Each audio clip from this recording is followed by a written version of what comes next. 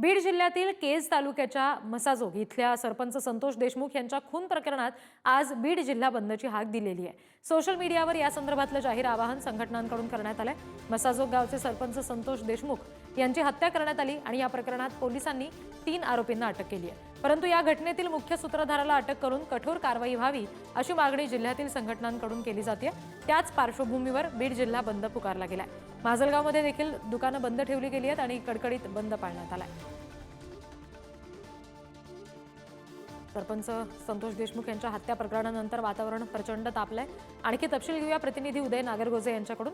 उदय, बीडमध्ये सध्या नेमकी काय परिस्थिती पाहायला मिळते? बंदला प्रतिसाद मिळताना दिसतोय का? नक्कीच बीडमधील बाजारपेठ ही पूर्णपणे बंद आहे। याबरोबरच माजलगाव, गेवराई, आष्टी या तालुक्याच्या ठिकाणी तसेच ग्रामीण भागातील जे मोठी गावं आहेत त्या ठिकाणी देखील बंद पाळण्यात आलाय। थोड्याच वेळापूर्वी बीडमध्ये आमदार संदीप क्षीरसागर यांच्या नेतृत्वाखाली रॅली देखील काढण्यात आली, मोटरसायकल रॅली। या रॅलीच्या माध्यमातून बंदचं आवाहन करण्यात आलं।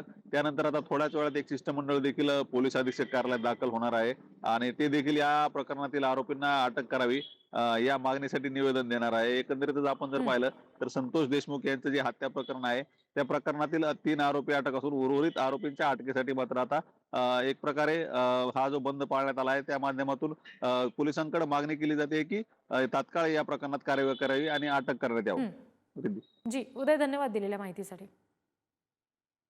तर सरपंचाच्या हत्येची घटना ताजी असतानाच गोळीबाराच्या घटनेनं बीड पुन्हा एकदा हादरलंय। बीडमध्ये जुन्या वादातून मध्यरात्री गोळीबार झाला। घरात घुसून विश्वास डोंगरे या व्यक्तीवर गोळीबार करण्यात आला असं कळतंय। या गोळीबारात विश्वास डोंगरे जखमी झालेले आहेत आणि त्यांच्यावर सध्या उपचार सुरू आहेत। संभाजीनगरला पुढच्या उपचारांसाठी त्यांना हलवलं गेलंय असं समजतंय।